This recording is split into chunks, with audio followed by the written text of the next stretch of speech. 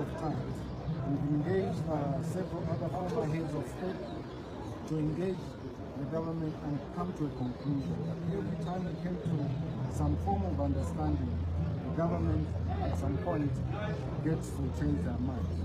We also wish to know that at some point we engage one former head of state to go and engage the government of He got on a jet and he was denied landing rights in Zambia. And that was for purposes of mediation between the family and the government. We are not getting any joy from the government so far. And what happened last week, you may have noted, the period of national mourning was cut short. And the president did say that the country needs to get back to normalcy. They failed to get back to normalcy, it appears, and taken out an action in the Pretoria court. But this is an opportunity for us to tell a story, a great story of President Edgar Lungu. How that he lived as a president, served the nation as a president, and thereafter he was a person that was betrayed by the system, cast aside by the system, and now in his death they wish to come back and pretend as though they took care of him, pretend as though they were good to him, pretend as though he mattered to them, when in fact he never did. But the family has been consistent. He mattered to the family when he was president, he matters to the family now. And taking him back home, it so appears, will not give him a dignified burial. And the family only wants to give him a dignified burial, not one that's shrouded in mockery, that's shrouded in PR, that's shrouded in giving the international community the perception that he was properly treated, when in fact not. Decency requires that the government should come across and say, we are sorry we never treated him well. We are sorry we did wrong to him. Now that he's dead, how can we make amends? No one spoke for Edgar Lungu when he was alive. And now people want to pretend to speak for him when they were never there for him in his lifetime. And this time around, perhaps President Edgar Lungu has refused to go down to the soil without the truth being told. And now onwards, until his burial, the truth of Edgar Lungu shall be told, and we shall tell it in a very systematic way. In court, we shall tell the full story of Edgar Lungu. How he came into South Africa as a private citizen, how that the protocols that he was entitled to, or the entitlements of being given, being accorded to the embassy to treat him in this country, our Zambian embassy, how that he never got anything from them. How that he came on a commercial flight, flying economy, go to this place, walk through security clearance, walk through immigration like a normal person, waited for an Uber outside the airport. Is that the life of a former president?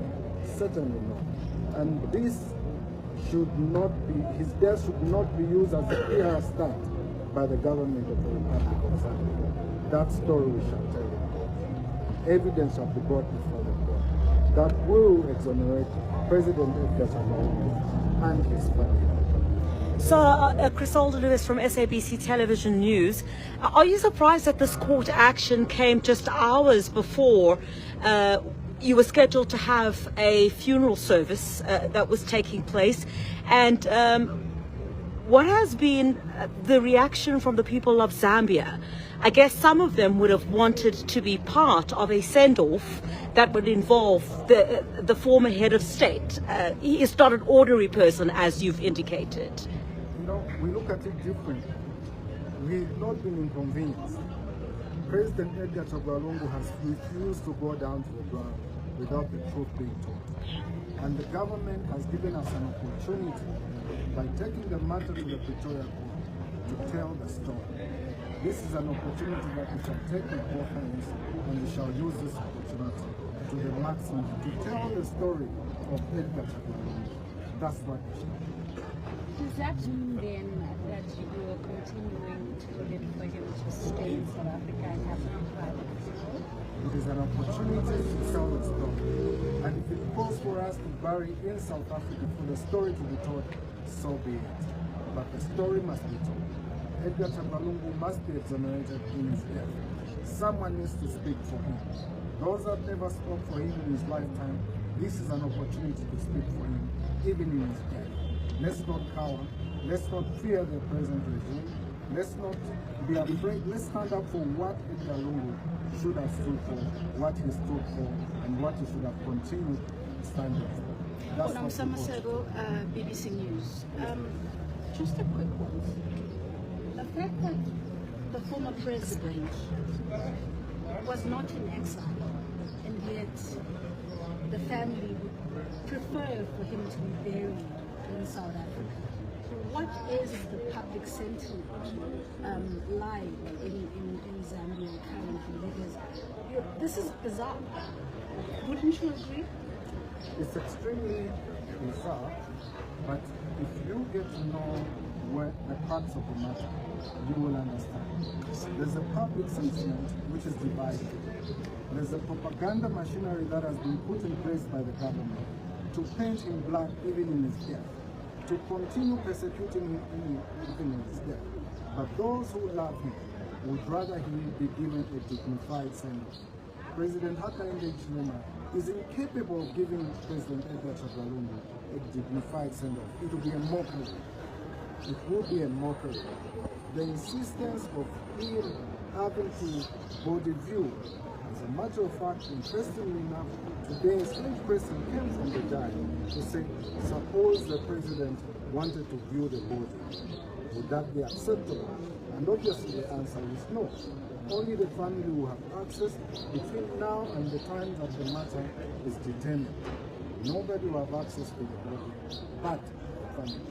In all this is an opportunity for us to unite together. President Edgar Lungu is calling for something. He's calling for national unity, even in his death. He's fighting for national unity, even in his death. And he's fighting that people should not be persecuted for doing what is right. He's fighting that the opposition should come together, even in his death. His death is going to unite all of us as a country to fight oppressive regimes, to fight laws that are not fostering the freedoms of the Zambians. It is an opportunity for us to reflect on what kind of country do we want to build. Out of this, then, in the next 60 days, or indeed from between now and the time the judgment is given, we need to be having these frank conversations. What kind of country do we want to build for ourselves? Do we want a country where a former president will refuse to be buried in his own country? Do we want a kind of country where the president will say that person should not attend my funeral? Certainly not. These are the conversations that we want to be having. What is it that calls for this insistence of the current president wanting to view the body? What is the matter there? Why is the family not wanting him to do so? Is it because the belief is that HH thinks that Edgar Lungu is still alive? What's the story?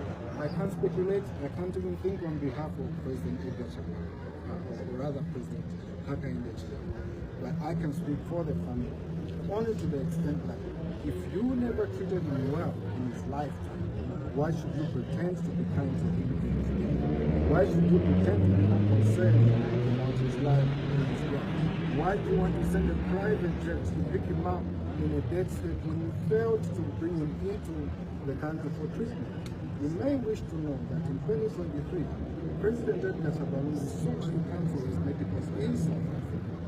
And what happened then? The president refused to grant him access to his medicals.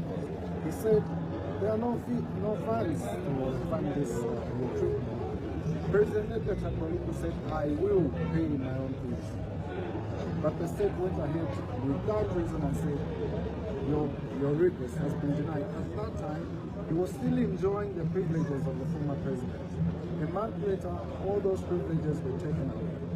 Now, should we pick and choose what should apply to a former president when you've taken away all the privileges? I thought all means all. All does not mean only after death will you have what you are entitled to.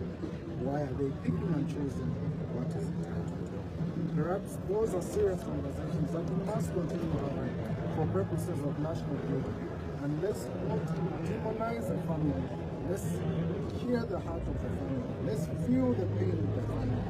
Let's sympathize with them, empathize with them, and see to it that they have a dignified send-off. And the dignified send-off can only happen under the leadership of President. Like we said, someday, President Edgar Lungu will be buried in Zambia with the dignity that he possesses. Certainly not under President Edgar. So is it because of HH that's why a lot of Zambians can't have access to actually see the president? Well,